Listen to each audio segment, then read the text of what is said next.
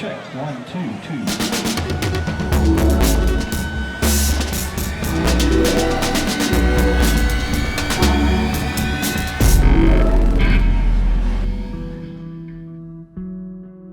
2. Ludzie podchodzili i pytali, kiedy będziemy mieli wokal. Bardzo duża waga w tym, co robimy, jest postawiona na pewną autentyczność i niesprzedanie się. No musimy też iść za tym, gdzie są ludzie, którzy nas słuchają. Dlaczego muzyka instrumentalna? Troszeczkę tak wyszło, że muzyka instrumentalna, jakby zawsze myślę, w zespołach też takich garażowych, zaczynających są duże problemy z wokalem, więc jeśli mielibyśmy wokal, mielibyśmy bardzo wysokie wymagania co do niego, ale też nie czuliśmy nigdy potrzeby jakby takiej, żeby ten wokal istniał. Tak, nasze pierwsze koncerty były o tyle trudne, że ludzie podchodzili i pytali, kiedy będziemy mieli wokal, natomiast staramy się wyrażać jakby to, co chcemy przekazać samą muzyką, taka jest trochę idea. Troszeczkę teraz zespoły wracają, wydaje mi się, do tego, żeby były wokale, bo już tyle jakby wszystko może brzmi trochę tak samo, ponieważ no, powielane są pewne standardy. Wokal jednak robi jakieś tutaj różnice, ale na razie nie mamy. Jak się wyróżnić w takim razie w świecie post-rocka czy post-metalu, jak się gra ten gatunek, twoim zdaniem? No, my się nie staramy jakoś specjalnie wyróżnić. Jakby to, że jesteśmy inni od innych zespołów, wynika po prostu z tej trójki muzyków i to, jak gramy, co chcemy przekazać. Każdy ma jakieś swoje rzeczy, które wnosi w tą muzykę. Myślę, że dobrym przykładem jest to, że oprócz Transmission Zero zaangażowałem się teraz w drugi projekt Into Elements z kolegami ze Śląska, bo stamtąd jestem oryginalnie. I teoretycznie jest to też trio, też post-rockowe, też gram w nim na basie. Natomiast no, wychodzi z tego zupełnie inna muzyka. Mam nadzieję, że inni też to słyszą, że to jest zupełnie inna muzyka. I to pokazuje, że tak naprawdę właśnie chodzi o przelanie tych emocji na instrumenty czy na muzykę. I to, co wyjdzie z tego, to wyjdzie. Jakby staramy się być bardzo autentyczni w tym, co robimy i nie myślimy sobie, pracując nad utworami, na tym, żeby się jakoś specjalnie wyróżnić. Chcemy, żeby to wypływało z tego, co po prostu robimy.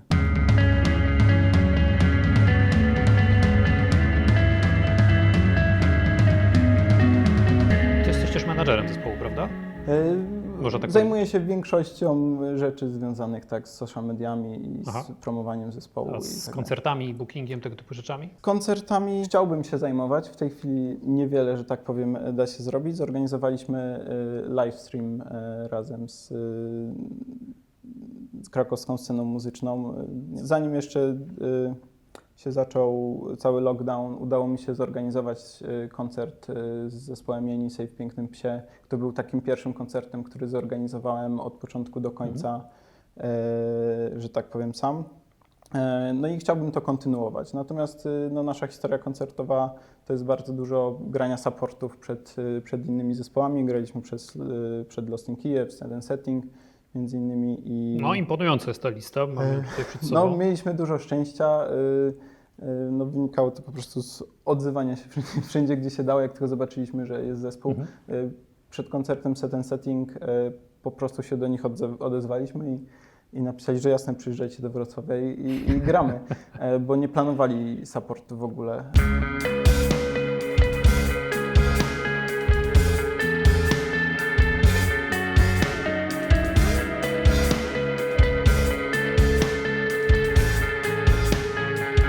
Powiedz mi, jak się promuje zespół post-rockowy? Czy to jest łatwe, trudne? Wydaje mi się, że jest to dość łatwe, dlatego że jest to bardzo konkretna nisza i nie musimy konkurować z tysiącami czy tam dziesiątkami tysięcy zespołów. Łatwo się nawiązuje te znajomości, w sensie zespoły się naprawdę wspierają, to community dookoła tego jest dość małe i bardzo przyjazne, dlatego no wydaje mi się, że jest łatwiej. No jeśli chodzi o festiwale, to tych festiwali post-rockowych jest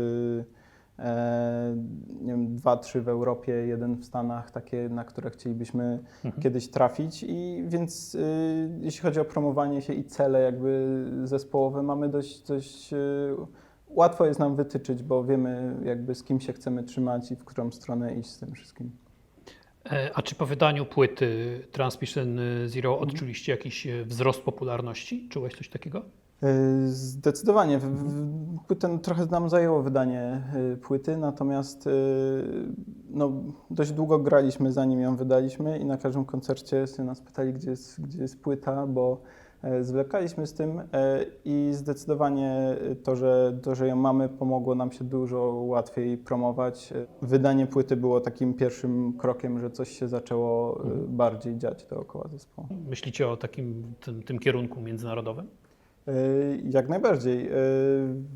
Większość płyt, które sprzedaliśmy za granicą. Tak naprawdę wydaje mi się, że nasz target jest związany właśnie z tą niszą, z tą konkretną muzyką, a nie z konkretnym lokalizacją na świecie. No, jesteśmy bardzo otwarci, chcielibyśmy na pewno i grać za granicą i może wydać coś właśnie bardziej za granicą. W Niemczech mamy bardzo duży following, więc no musimy też iść za tym, gdzie są ludzie, którzy nas słuchają. Boisz się jakiś RAF ewentualnie, na który moglibyście wpłynąć, związanych z wydawaniem płyty, na przykład w innym kraju? Widownia nasza jest bardzo oddana, że tak powiem, bardzo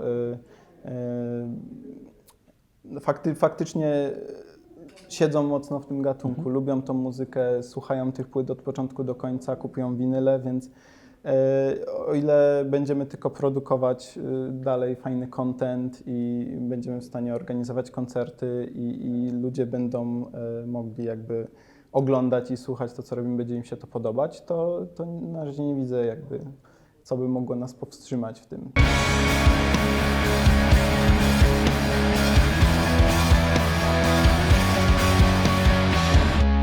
Zaciekawiło mnie też to, co napisałeś w tym kwestionariuszu, który wypełniliście, że przydałaby Ci się rada, jak zdrowo prowadzić zespół, aby grało się bez konfliktów.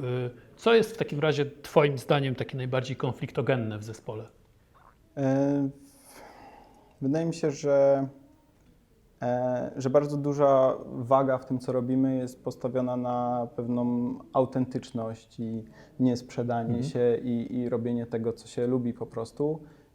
Więc no, mam taką nadzieję, że z chłopakami się dogadamy na tyle, że właśnie ta część, którą też się bardzo zainteresowałem, właśnie tego, jak dotrzeć więcej miejsc, jak sprzedać więcej płyt, zagrać więcej koncertów i jakby rozwijać ten zespół, nie spowoduje tego, że gdzieś zatracimy tą autentyczność właśnie. Obawiasz się tego, że takie mogłyby się pojawić w przyszłości, że na przykład Twoja wizja by była rozbieżna od wizji Twoich kolegów? Tak, myślę, że no, mam nadzieję, że tak nie będzie i że będziemy się zgadzać we wszystkim, natomiast jakby te dyskusje między właśnie skupieniem się bardziej na muzyce, a skupieniem się bardziej na promowaniu zespołu, bo jednak zajmuje to bardzo dużo czasu i energii, no się gdzieś tam pojawia, więc też jednym z rozwiązań, jeżeli przyjdzie do tego, to jest też zaufanie komuś z zewnątrz, żeby na przykład menedżował zespół, zajmował się pewnymi aspektami, żebyśmy wciąż my mogli się skupiać na muzyce.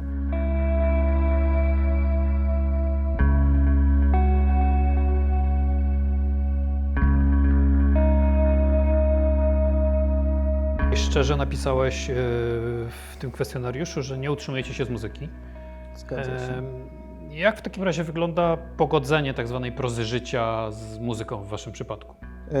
No na pewno ogranicza to jakby czas, który jesteśmy w stanie poświęcić i na tworzenie muzyki, i na wszystkie akcje,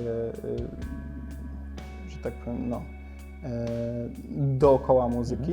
No, jest ten taki aspekt, że nie chcielibyśmy, żeby to stało się kiedyś taką pracą. Jakby wydaje mi się, że żaden z nas nie liczy na to, że będziemy żyć z muzyki. Jakby zawsze będziemy mieli pełno etatowe prace, z których też jakby wszyscy jesteśmy zadowoleni i czerpiemy dużą satysfakcję, ale że że ta muzyka nie dojdzie do etapu, w którym to się stanie naszą pracą i będzie nas męczyć w jakiś sposób.